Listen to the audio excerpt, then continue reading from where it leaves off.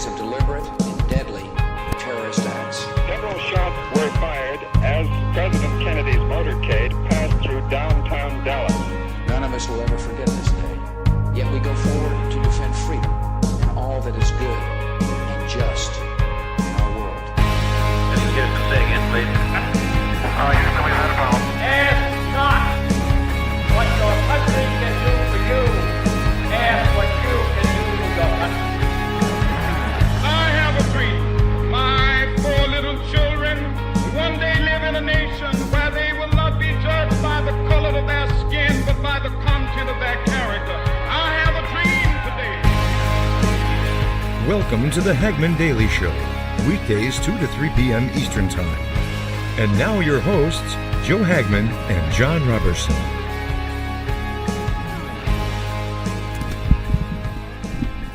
Hello and welcome to this Thursday, July 5th, 2018 edition of the Hagmann Daily Show.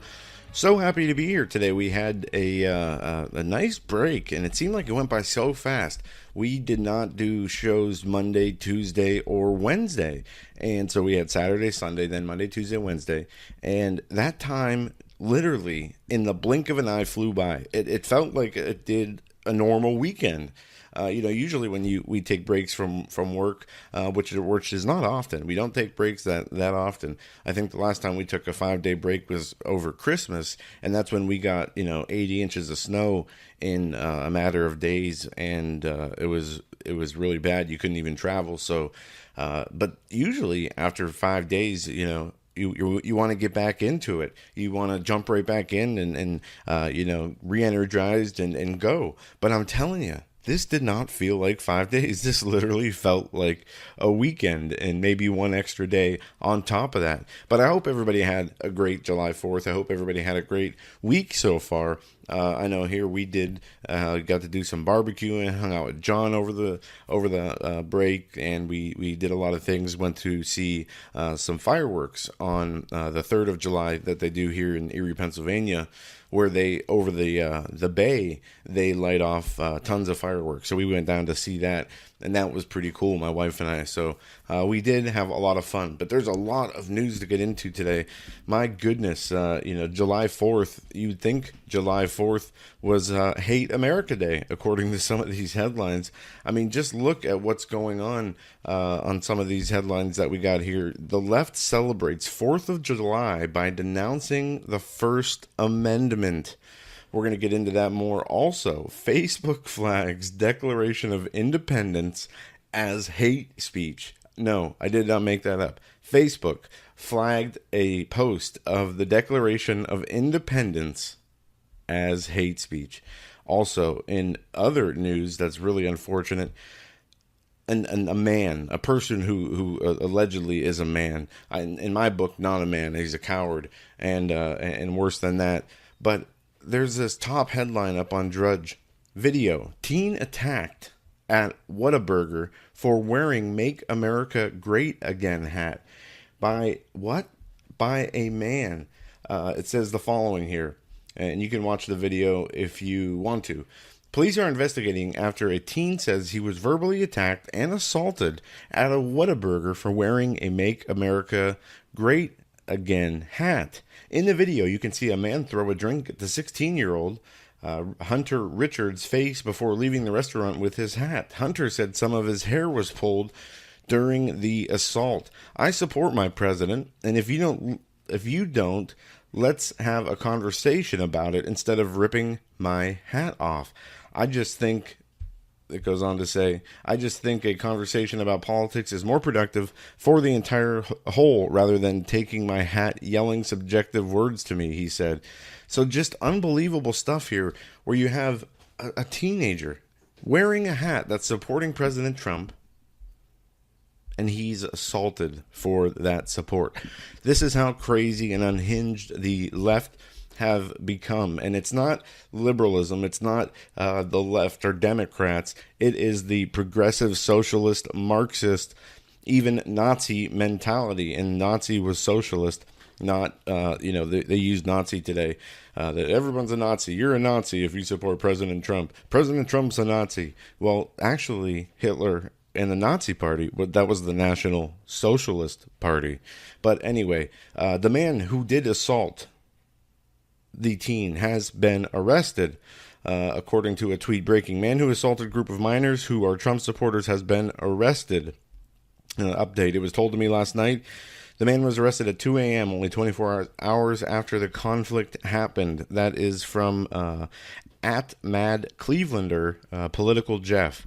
So apparently they did catch the guy who did that. But what an unfortunate way to be treated when you just are wearing a hat that supports your president. And look at James Woods. He was dropped by his agent on July 4th. Yes, dropped by his agent because of his support for President Trump. And this is just another crazy story showing the amount of vitriol, the amount of hate that we see on the left. It's just unbelievable how far they have gone. This is from The Wrap. And I think, is this James Woods who wrote this? Let me open this article up and see. This is by John Levine. James Woods dropped by political liberal talent agent on July 4th, according to the actor. And it says, James Woods, the Oscar-nominated actor and outspoken Hollywood conservative, said late Wednesday that he has been dropped by his longtime talent agent Ken Kaplan over his politics. The news was first revealed by the Emmy-winning actor himself on Twitter, who shared an email he said he received from Kaplan on Wednesday. It's the 4th of July and I'm feeling patriotic. I don't want to represent you anymore. I mean, I could go on a rant, but you know what I'd say, said Kaplan, who Woods described as a political liberal. Now, this is just, again, the latest example, and we have so many more examples that we can sit here and talk about today, looking at what happened and has happened over the last few days and how the political rhetoric has continued to increase for the worse. Now, sorry about that as I've been readjusting my microphone. This from the, what is this? Okay, I clicked on the wrong link. There's an article here I got that I want to read. It is CNN host declares national emergency. And this is a very interesting news piece from CNS News, for also Newsbusters. And it says this: July started with a lull. On Monday, before Independence Day, the news network morning shows led with the led with the oppressively hot weather. The normal feverish panic about living in Donald Trump's America was missing for a few hours. You can count on CNN reliable sources host Brian Stelter to stay true to the Trump trashing parade. At the liberal Aspen Ideas Festival, he interviewed Washington Post executive editor Marty Baron. Stelter claimed to speak for the crowd when he began asking, "Are we living through a national emergency? And if so, how in the heck should journalists be covering it that way?" Barron replied that it isn't his place to answer. His newspaper's role is to cover very aggressively the administration as we would cover any other administration, he claimed. We're not in the business of sort of characterizing the era. This is preposterous. The Post greeted the Trump presidency by posting a new motto on the front page each day: "Democracy dies in darkness." It sells t-shirts with the motto to other liberals. By contrast, during Obama's presidential transition in 2009, the Post promoted to national editor a journalist who wrote gushy captions for a coffee table book titled Obama, the Historic Campaign in Photographs. Anyways, it goes on to say that most Americans would suggest the Dow Jones average being up 5,000 points since Trump's inauguration, and the unemployment rate being at a record 3.8% low is not a national emergency. But then again, most Americans aren't journalists. The silliness continued. Stelter told Barron, "The media critique from the left is that this is a crisis, and thus journalists have to cover it differently than Bush or Obama or other past presidents."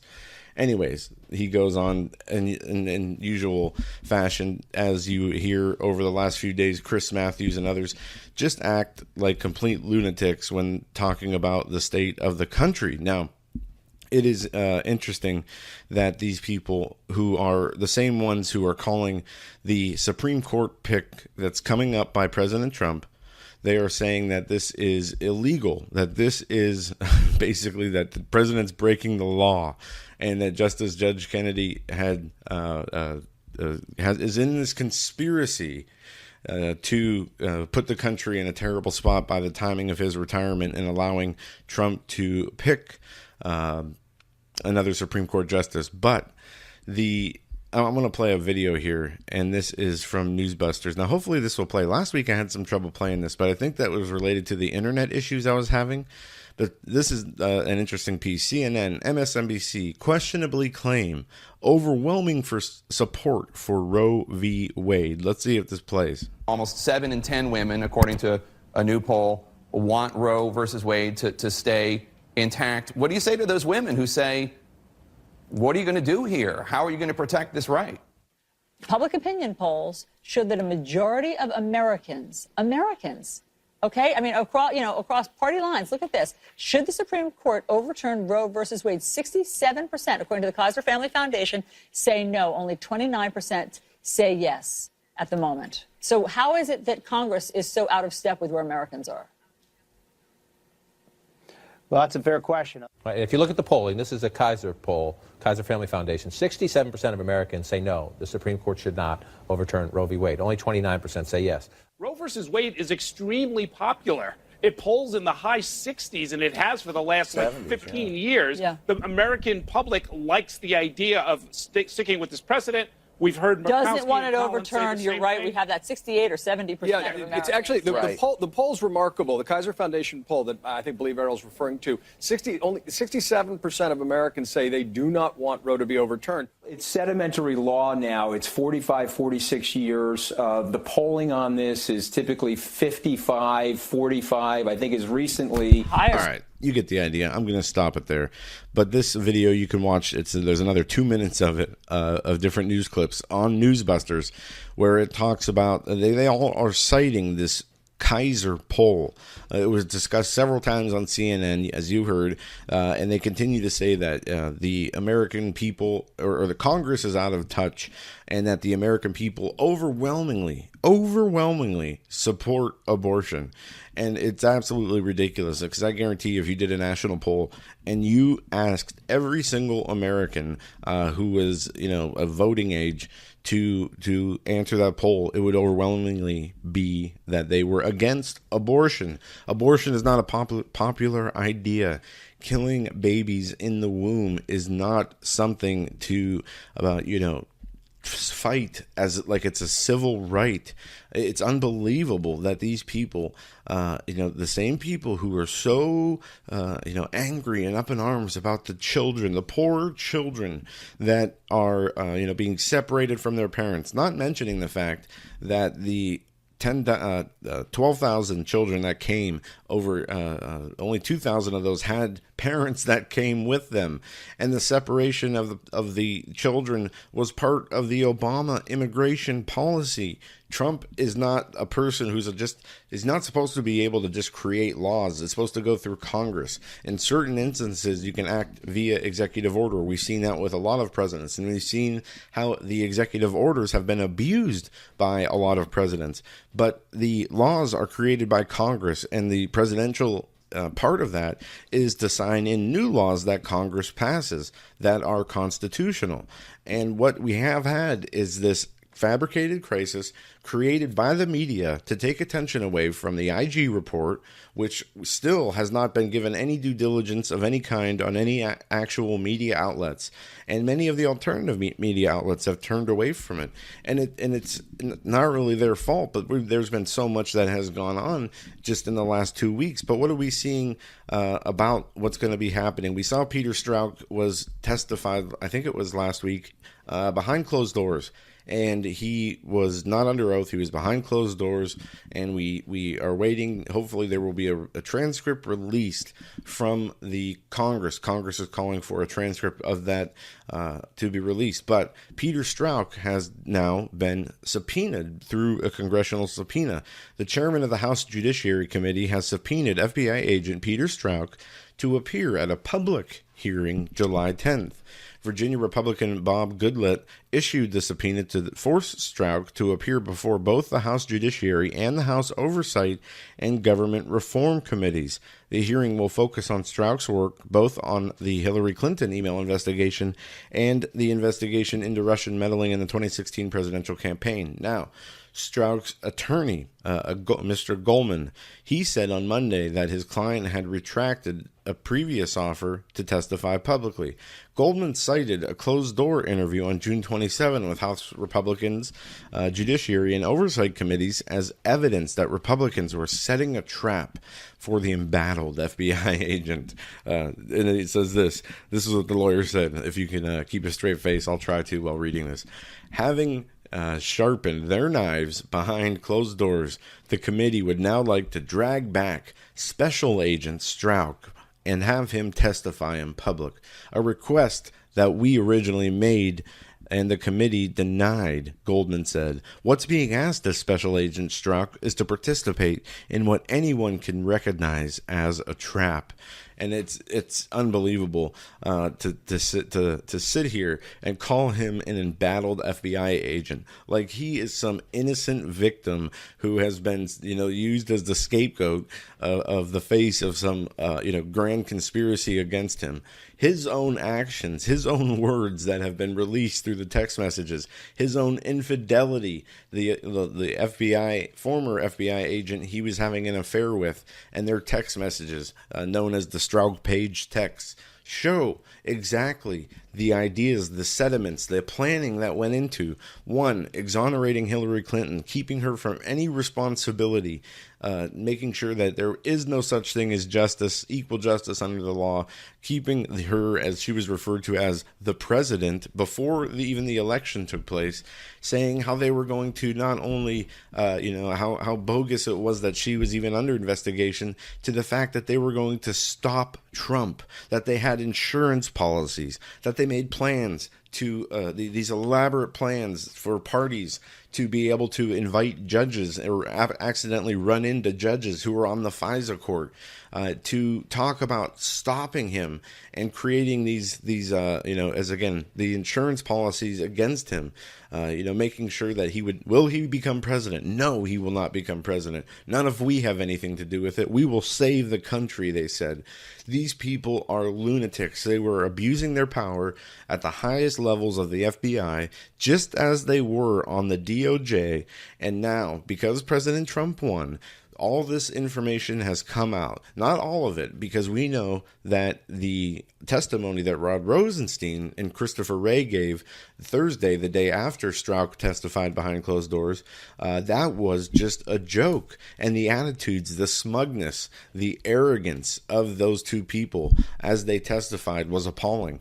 But what we saw is that Congress, after that testimony, voted to have the DOJ and Rosenstein turn over all the documents that they had been stonewalling and not allowing or not turning over to Congress and investigators for them to review. So I have to look up, and I have not done the research into when that information will be turned over to Congress and if and when it does, if it would be made public. But that's something that we're definitely going to look into. But so, again, will Peter Strzok testify in a few days on July 10th? Will he testify publicly? And if he does testify, what will that mean for him and for a legal case? Now, we know what his lawyer said, basically that this is entrapment, and they're setting a trap for him to contradict himself, to be held in charge for perjury. But in reality, we need to know what was said in that closed doors testimony. We need to know or need to see publicly him answer that subpoena. And if he does answer the subpoena, if he does show up, is he still going to hide behind that same defense that he does, which is under the advice of counsel, I'm not allowed to answer. Oh, I can't talk about ongoing investigations. Oh, I plead the fifth. I plead the fifth. And is that the same thing we're going to see if he does end up testifying? I believe it is so. And that brings me to another point. When are we going to see justice, if ever? We've been promised by a number of people in the alternative media who have said to be in the know. We have, and other people who are, claim to be saviors of our planet. And I'm not singling anybody out in particular, but there is this movement that behind the scenes there is, thousands and tens of thousands of sealed indictments that are ready to come down and basically bring down the deep state and all the people that are going to be held accountable for all the terrible crimes they've committed. And I would like nothing more than for that to be true.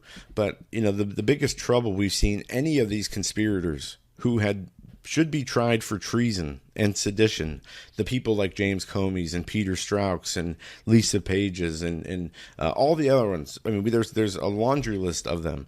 And, we could even include people in the media who have been involved in these activities, these conspiracies perpetrated against President Trump and his supporters in order to undermine him and get him removed from office.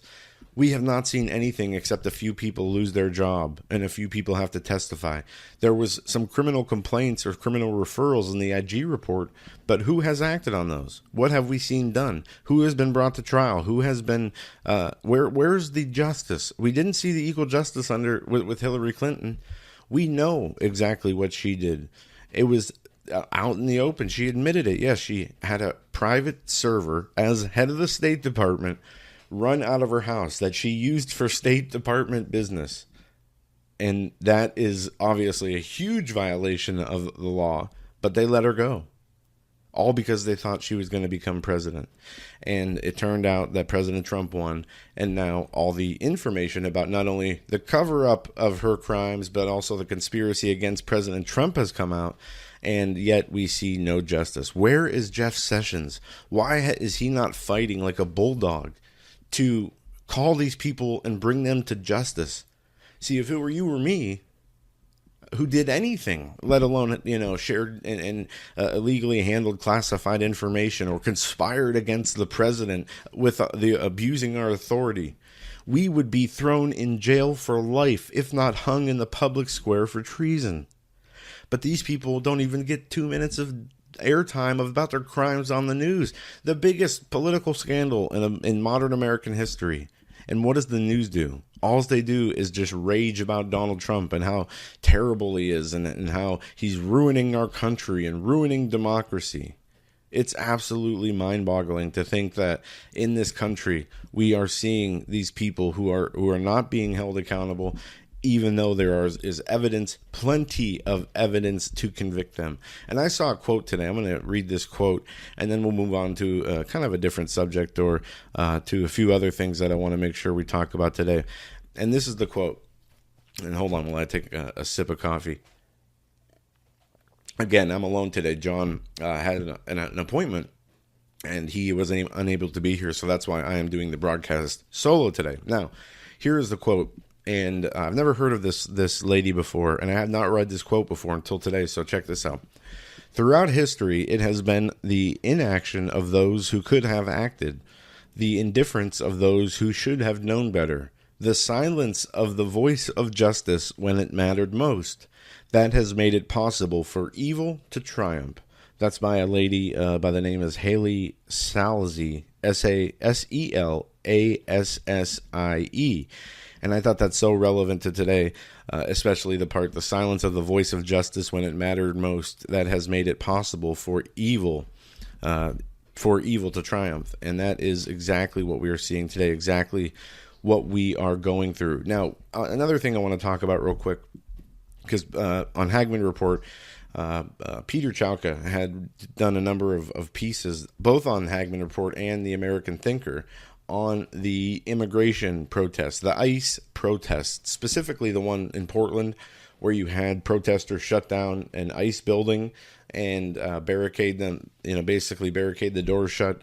And then you saw basically a federal raid where they arrested a number of the protesters. And I'm trying to pull up Hagmann Report on this other computer I got here, so bear with me. But in the meantime, I want to read this article from Twitchy, which is relevant. Bang up work, clowns. This Oakland anti-ICE protest took a very awkward turn. Pro tip: if you're going to protest ICE, best not to do it while ICE is executing a search warrant in a human sex trafficking investigation.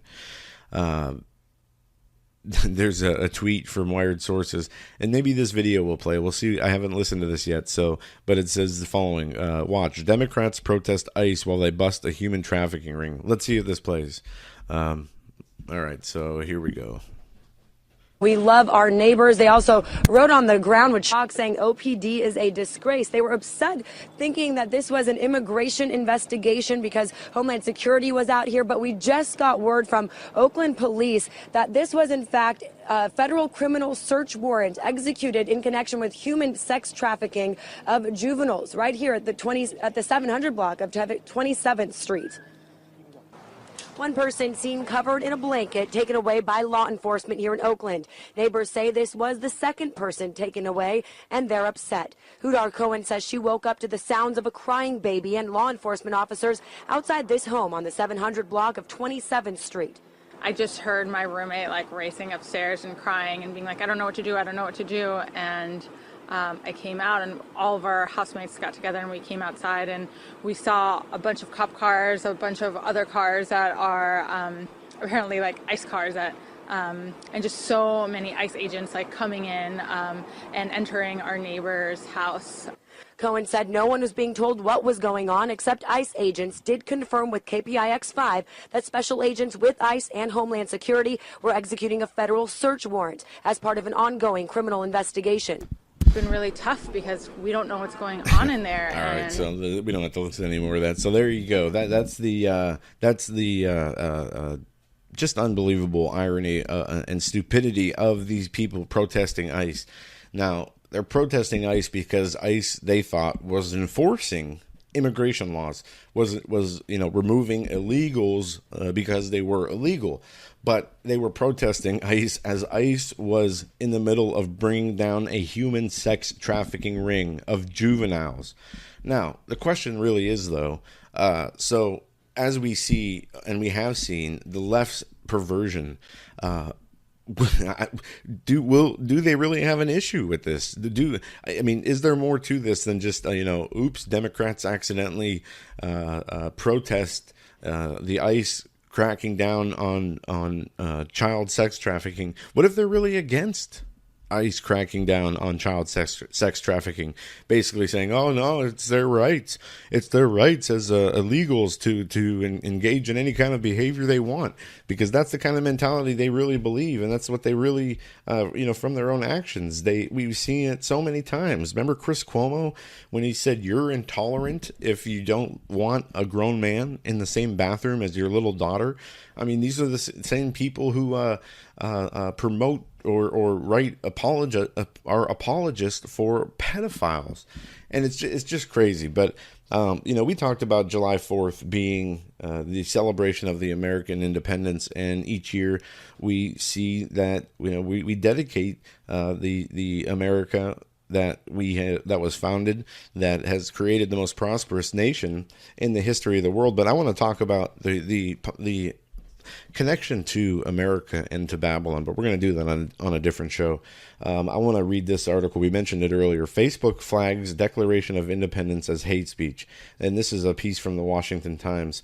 In the week of America's independence, the algorithms of Facebook decided that it was the Declaration of Independence, that it was hate speech. The Liberty County Vindicator, a community newspaper between Houston and Beaumont, had been posting the whole declaration in small daily chunks for 9 days on its Facebook page in the run-up to July 4th. But the 10th excerpt was not posted Monday as scheduled, and the paper said it received an automated notice saying the post goes against our standards on hate speech. Part of the standard notice Vindicator managing editor Casey Stinnett wrote included a warning that the newspaper could lose its Facebook account, on which it depends for much of its reach, if there were more violations.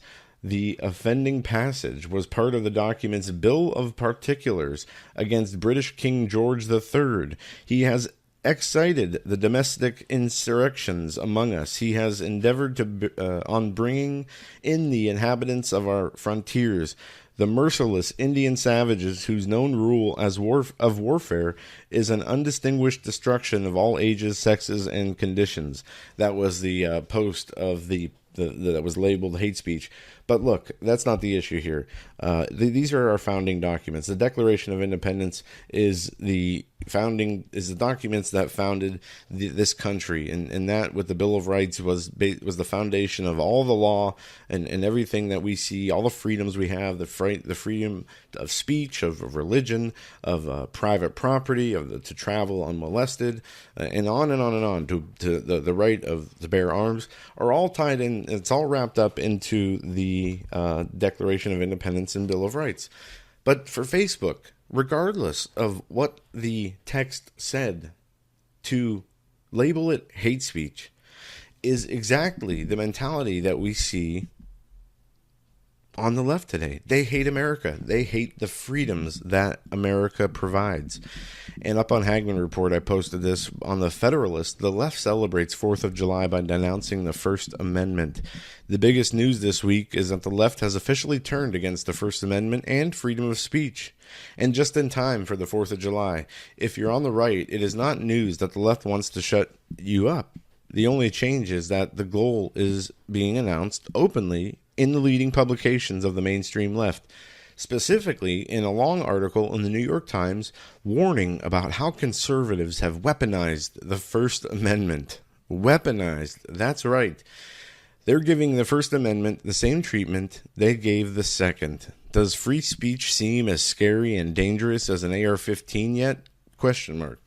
So what's wrong with the First Amendment? It protects people the left doesn't like. No, really, that's the argument. On the final day of the Supreme Court term last week, Judge Elena Kagan sounded an alarm. The court's 5 conservative members cited the First Amendment had just dealt public employees' unions a devastating blow. The day before, the same majority had used their First Amendment to reject a California law requiring religiously oriented crisis pregnancy centers to provide women with information about abortions. Conservatives said Justice Kagan, who is part of the court's 4th member liberal wing, were weaponizing the First Amendment. So she's saying that because the conservatives cited the First Amendment in these 2 cases, one being reversing the rule that forced everybody to pay union dues, and the second one that the crisis pregnancy centers in California no longer were forced to read government scripts to the peoples who were the women who they were helping. She sees that as a violation of the First Amendment. The article laments that free speech arguments at the Supreme Court used to mostly protect speech by people on the left. And this is what the article says. Because so many free speech claims in the 1950s and 60s involved anti-obscenity claims or civil rights and anti-Vietnamese war protests, it was easy for the left to sympathize with the speakers or believe the speech in general was harmless. Frederick Saucer, a law professor at the University of Virginia, said, but the claim that speech was harmless or casually inert was never true, even if it has taken recent events to convince the left of that. So now, the horror, free speech claims are being used to protect Christians and corporations and people who don't like being forced into unions. And how dare anyone stand up for those people? That's what the article on the Federalist said, and they're right. And he goes on, and I'd like to read the rest of this article, but I don't really want to. It's not boring, but I don't want to read the whole thing. You can go to Hagmann Report or the Federalist and read this, but it's the attitude of these people, like Ruth Bader Ginsburg, who's basically said, and I got to find the quote, but I'm going to paraphrase that, the Constitution is a living document. The law is what I want it to be. The law is what I will make it, or will turn it into, or what I allow, something along those lines. And it just shows how power hungry these people are. And we talk about this all the time, and this is a mistake that the Trump supporters had made, I believe, a bad mistake when we're talking about the direction of our country and where our country's going. Because when we saw Donald Trump get elected, we saw that, where we believed that was going to mean that basically the swamp would be drained. And we believe that the country would be restored to its glory. But in the reality of it is the deep state is working in the background, and it's constantly working, and it never has quit. It never goes away. And we see that it is working behind the scenes, even as President Trump is trying to carry out his agenda. We see that the deep state is at all turns is there, and they are doing their best to continue to carry out their agenda, whether it's the social media censorship, the censorship completely, the Hollywood transgender homosexual perversion agenda continues. The Trump hate continues. The hate for Christians and the Christian soft persecution continues. We see that this is just the beginning, and the miscalculation that we made is to think that it would all just go away under President Trump. But in reality, what has happened to us is that instead it has increased. We saw the division Obama created under his presidency. The racial divide was never greater than under President Obama. But now, under President Trump, it seems like the left has said, you know what? We don't care anymore. Any morals that we had or any standards that we had are going out the window. And now it's just full-blown warfare against conservatives, against free speech, against America, American ideals, against the people who voted Donald Trump in, again, Christian conservatives. And this is, their stance. This is what they're putting their foot down, basically. They're lying in the sand. If Trump gets another Supreme Court pick, which we're going to talk about this in here, we might as well do it now. Trump narrows Supreme Court choice to a trio of candidates as the announcement looms Monday. Here's a quick clip from Fox News on the developing story about the Supreme Court picks. Meanwhile, disagreement among Democrats and Republicans driving a vicious wedge throughout the country. The very latest signs of the deepening political divide. Joining us right now is former Pennsylvania Congressman Jason Altmaier, author of Dead Center: How Political Polarization Divided America and What We Can Do About It. Congressman, good to see you this morning. Thanks so much for joining us. Thanks for having me. Appreciate it. The president will be announcing his decision on a Supreme Court justice on Monday, a choice that will certainly face scrutiny from the left. He addressed this issue in my exclusive interview with him on Friday. Here's what he said. It's probably going to be vicious because the other side, all they can do is obstruct and resist. The whole thing is resist. But, and maybe someday we'll be able to get along with the other side. I don't know. But right now it's only resist. That's all they want to do is stop things from happening. So they're going to try very hard. But I think it's going to go actually very quickly if I pick the right person. Congressman, the president is calling what it is. It is vicious. We see that playing out every day. What's your take on all of this? Well, these are very important issues. We're obviously talking about the Supreme Court. We're talking about tilting the balance of the Supreme Court towards the conservative side for probably a generation. So, of course, the Democrats are going to have concerns about that. And what about Trump's legacy? This is a huge ordeal, getting two Supreme Court justices in his first year. How do you see this impacting his legacy? All right. We don't have to continue to listen to that. I know the volume is kind of low. And, we talk about his legacy. This will be his second pick, but if he gets another term into 2024, he could get as many as 4 picks in total, which would, you talk about a lasting legacy.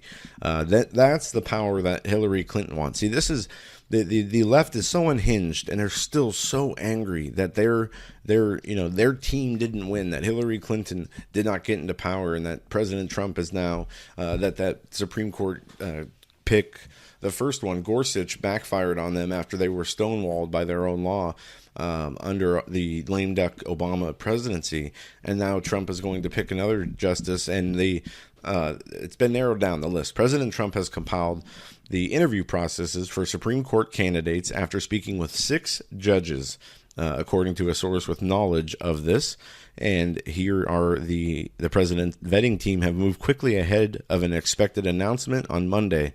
While liberal advocacy groups are gearing up for a major confirmation fight, what they're saying here is Trump is charging ahead with an imminent decision to fill the seat. Now, here are the candidates: Judge Brett Kavanaugh, Raymond Kethledge, Amy Coney Barrett, Amal Thapper, and Joan Larson, and also Thomas Hardiman. And Mike Lee has been thrown in there as a person who might be interviewed or considered for the job. But like I said last week, if I had to guess, it would be this Amy Coney Barrett, who I would keep my eye on. I believe that she is the front runner of the Trump selections.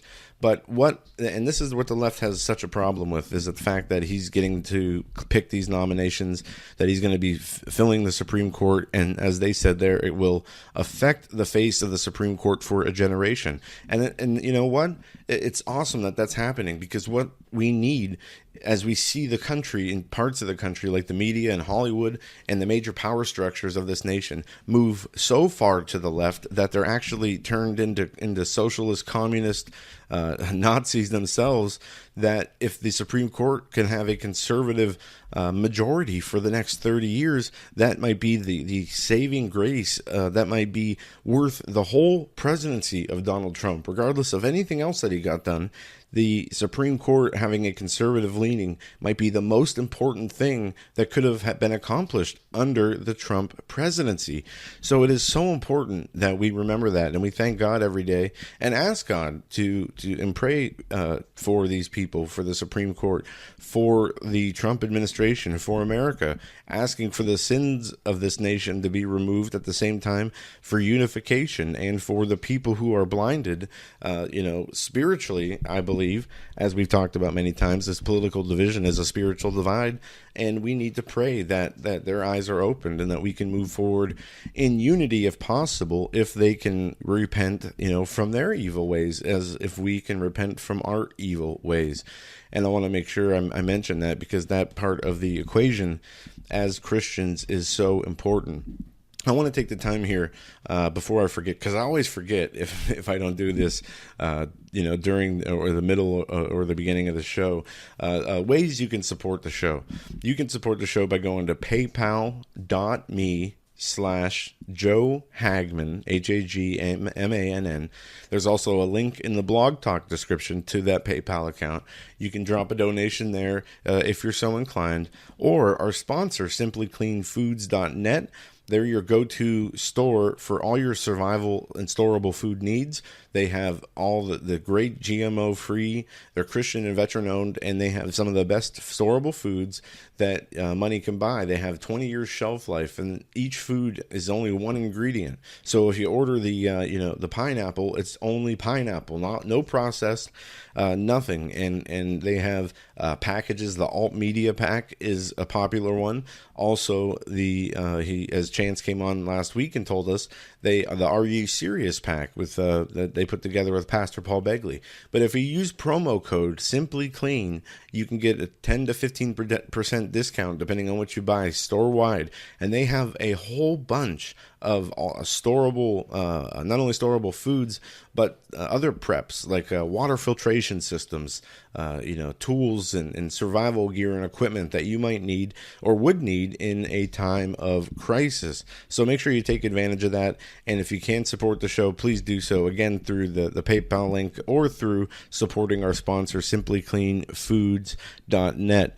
Now, speaking of the economy, speaking of what we see happening, it seems like the American economy is doing better than it has done in a long time, and people are seeing the stock market, as we mentioned earlier, is up 5,000 points since the election of President Trump. But there are concerns, and I was reading an article earlier, and I got to see if I can find it again, about Angela Merkel. I know there were some stress tests done with Deutsche Bank, and there's some concerns that there is the potential for some catastrophic economic consequences, and it's at a global level. I'll have to find the instead of me just trying to look for it and talk at the same time, I will have to come back and find it. But the gas prices, the prices of oil continue to rise. And I don't know about you guys, but here we had some price gouging, and we saw, it was at like $3.05, and then some gas stations put it at $3.25, for a day or two or three, and then they dropped it down to $3.15, then they dropped it back down to $3.09. I don't know if that was because of customer complaints or whatnot, but that's about the price of gas where we are now. About $3.09, $3.15 is the average price. But in California and other places like New York City and whatnot, it's going up. It's up to $5 a gallon. And it is, that gets expensive, especially when you're, I know it took me in just the car I have an old 2002 car, and I don't know how many gallons it has in the engine, because it says one thing, but it usually only takes another. So maybe my gauge is broken, but, I spent $45 to fill up my tank this week, and that's pretty high. And they say, I read an article last week that says America spends, I forget what it was, 6 or 10% of their money on fuel for their vehicles, which I don't know if it's that high, but that's pretty that's pretty significant. And when you think that things like that and energy and food costs are not considered when we look at the price of inflation. This is one thing I hate about the government. Just like the unemployment numbers, they don't calculate people who have been out of the job market for over a year and have not looked for a job, which is, like 93 million people. So when you see the 3.9% unemployment numbers, it's a joke. It's more like 25% of people are unemployed.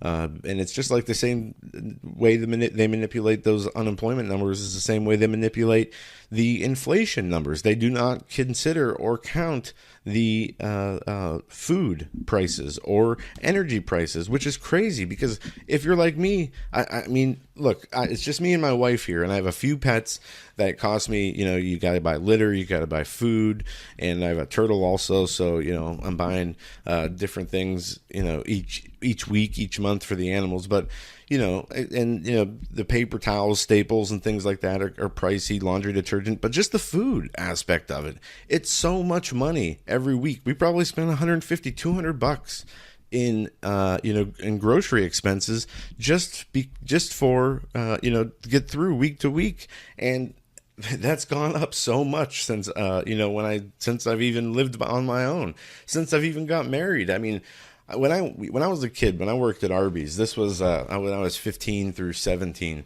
17 or 18. For about 2.5, 3 years, I worked at Arby's, and I was only 16, but I did all kinds of stuff you were only supposed to do if you were a manager, because I would literally work there for like 70, 80 hours a week. Especially during the summer, but you could get, I think it was two beef and cheddars for $2. And now, you drive past the sign, 2 beef and cheddars are $6. And if it's like that, that's how much food has increased. Milk is $4 a gallon. Eggs or if you buy the good eggs, you're talking like $5, $6 a carton. It's crazy. I mean, back in even when I was young, I remember how my grandparents would tell me how, 5 cents you could buy a loaf of bread and a pound of bologna, and it's just insane. So when does it stop? And speaking of the prices of food, this is a disturbing story I saw last week about farmers, like this increasing rate of farmers who are killing themselves. So that brings me to another question. With the prices of food becoming so high and continuing to increase, and farmers are killing themselves because they are not able to make enough money to support their family. Who's making all the money from the farmers and who's making all the money from the food in the grocery stores, from the food that's being sold? That's something that I want to do some digging. I'm going to talk to John about this, and we're going to try to bring on a guest who can tie this all together, because it doesn't make sense to me that the price of food has been, steadily increasing year after year after year, whether if it's just, 10, 15 cents per product, per whatever. It continues to increase. And if the farmers are having such a horrible time and are continuing to struggle so much, Where is the disconnect, and who's making all the money from the increase in food? So that's an interesting thought process I had earlier about why first of all the manipulation of the inflation and unemployment numbers, and two, the farmers killing themselves. But what about the potential for an economic crisis? Well, we know that under the deep state will do anything they can under President Trump to delegitimize his presidency, whether it is make up lies about him, like the dossier and all these other political hit pieces they do, whether it's their daily manipulation or deceptive editing of a video in order to make it look like he said or did something that he did not do. Any way they can to delegitimize and destroy him, they will. We even earlier today talked about the vast conspiracy, the biggest conspiracy in political history, to undermine candidate Trump, to get him to lose the election, and then if he did win the election, to put him under investigation as so he would be impeached. It's just absolutely mind-boggling. But the state of this country, they will do anything. So if they can do that, if they can use the DOJ and the FBI and the Obama administration officials and the UN and the surveillance courts and the NSA and all these crazy things, and set up these bogus Russian meetings and entrapments, you don't think don't put it past them that they won't go after or attempt to crash the economy to make President Trump look bad. Anything to drive a wedge between the supporters of him and the candidate or person. Now, I've talked to a lot of people about President Trump recently, and a lot of people don't like him. And it seems that the majority of people don't like him because of his perceived or his narcissism or his ego. And I understand that he does got a big ego. I know is the kind of type of person he is, the New York, tough guy type. But, personally, I don't have a problem with it because I understand. I know people that have the same kind of attitude, and it's just, a lot of tough talk. But he's also a serious guy, but they hate him so much. They will do anything they could. Would you put it past George Soros to invest all of his money, if he could bring down the economy to make people hate Trump so he doesn't win the next election? It's not out of the realm of possibilities. And we see this 2018 midterm election coming up is very important for the left. And they have a lot of potential, or not potential, that's the wrong word. They have a lot of hope that they are going to get some kind of majority in the House and or the Senate in order to get back some power. See, that's what's really bothering them, is that they see their grip on power completely circling the drain. They see that with the Supreme Court picks, with the Trump presidency and the popularity behind his pro-American ideas, they see in this midterm election that went from the blue wave to the blue drip. Now, they're going to be lucky if they even gain a seat, according to polls. They see their grasp on power, their ability to fight, at least the way they always have, through the deep state systems that are set up via government to further steal our freedoms from us. They're not going to be able to do that anymore. So they have to create chaos and replace the rule of law with chaos, because they no longer are the rule of law, which was what their ideology was. The rule of law for them is not the Constitution. The rule of law for them is not, peace, equality, life, liberty, and happiness, and the pursuit of happiness. Their rule of law is the Communist Manifesto, Satan's agenda, rules for radicals, dedicated to Lucifer, the first radical. Saul Alinsky wrote it, who is Hillary Clinton's mentor. That's their rule of law. And so as they see their power grip being lost to actual people who want the rule of law, they can only turn to chaos. That's why you see people assaulting, adults assaulting kids in the street because they're wearing pro-Trump hats. That's the spiritual bankruptcy that we see. That's how I know this is a spiritual battle. And this is not the first time we've seen adults assaulting children because of their pro-Trump attire. There was a video of a woman, a dad was taking his two daughters out for ice cream, and a woman came up and saw they were wearing Trump t-shirts and started screaming at them and yelling at them because of the T-shirts they were wearing. We've seen countless number of students kicked out of schools or told to go home and change because their pro-Trump T-shirt offended the teacher. This is a spiritual blindness and spiritual darkness that has enveloped these people, and the battle is spiritual in nature. And not that I'm saying everybody who's against Trump is evil spiritually, but there is in both sides of the political aisle, there is spiritual powers of darkness that have overtaken and blinded and motivated these people to do the things that they do. I believe Donald Trump's doing things for the right reason, and I believe the majority of his supporters want to see this country restored, at least biblically, morally, ethically, and the other people who are against that, those are the ones who are blinded by this spirit of darkness and deception. And again, that's why we have to pray for those people who have that spiritual blindness, who still have the possibility to be saved. We pray that they still can be saved, because what we see is just absolute lunacy, and it's not going to be long before somebody on the left gets back in power eventually.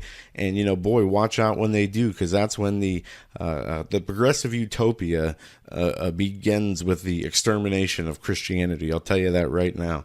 That's always been historically how it is, and that's how it will be in the future. And that's what the Bible tells us. This new world order system that is coming is of one world religion, one world economic, and one world political system. And those will be anti-Christian at their core. And it's very clear in the Bible how that plays out. So you have to make sure you know your scripture too. And, again, on the day after July 4th, this crazy rhetoric that we see from both sides of the aisle, a lot of it is just a distraction. You notice the news media never says, hey, here's the true problem. Here is the true issue, and here's the true solution, which would be, Jesus Christ, which would be a spiritual in nature. They only tell you the problem, and they only inflame the areas where these problems will be avoided. See, if you're so worried about is President Trump a racist, and is he breaking the law with Trump Russia, if you're only worried about the Robert Mueller investigation and the corruption, you're not focusing on your spiritual journey, your spiritual walk. And it begins there. And we got to make sure that each and every day that we start our day, start our journey with that spiritual walk in mind, and with prayer or reading the Bible, or however that looks. You have to make sure that you make that part of your day. Well, we're at the end of the show here. And again, check out Hagmann Report. I haven't posted a lot of stuff there recently, but I'm going to make sure we do that more. There's a video up there that people had asked me to post that I said I would post a few weeks ago. It's from Prager University. It's the inconvenient history of the Democratic Party.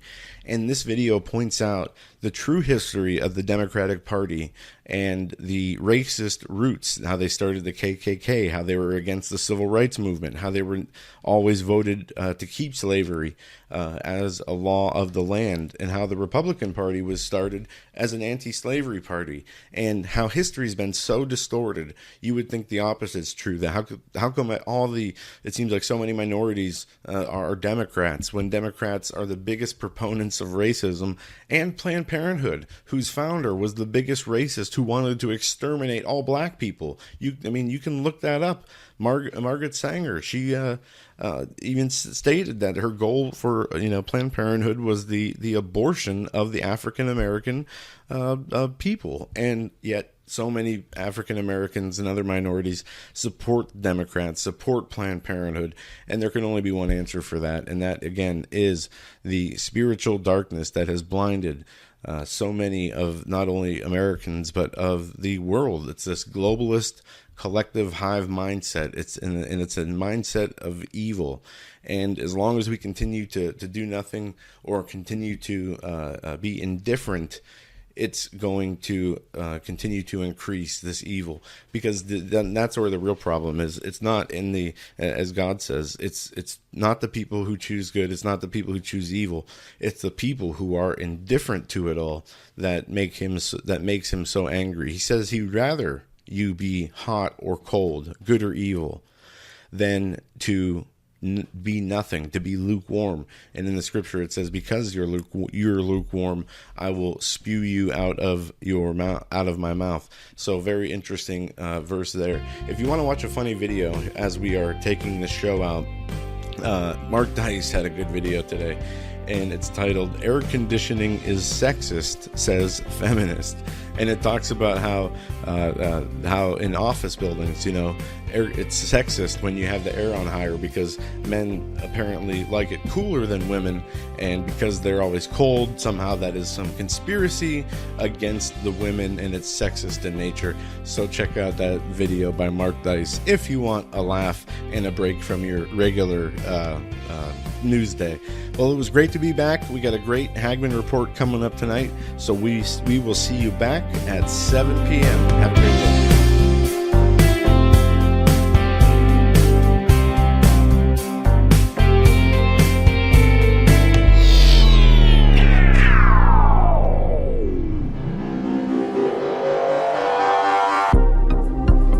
The Hagmann Daily Show is brought to you by the Hagmann Report. Tune in to the Hagmann Report weekdays, 7 to 10 p.m. Eastern Time. For more information, go to HagmannReport.com. That's HagmannReport.com.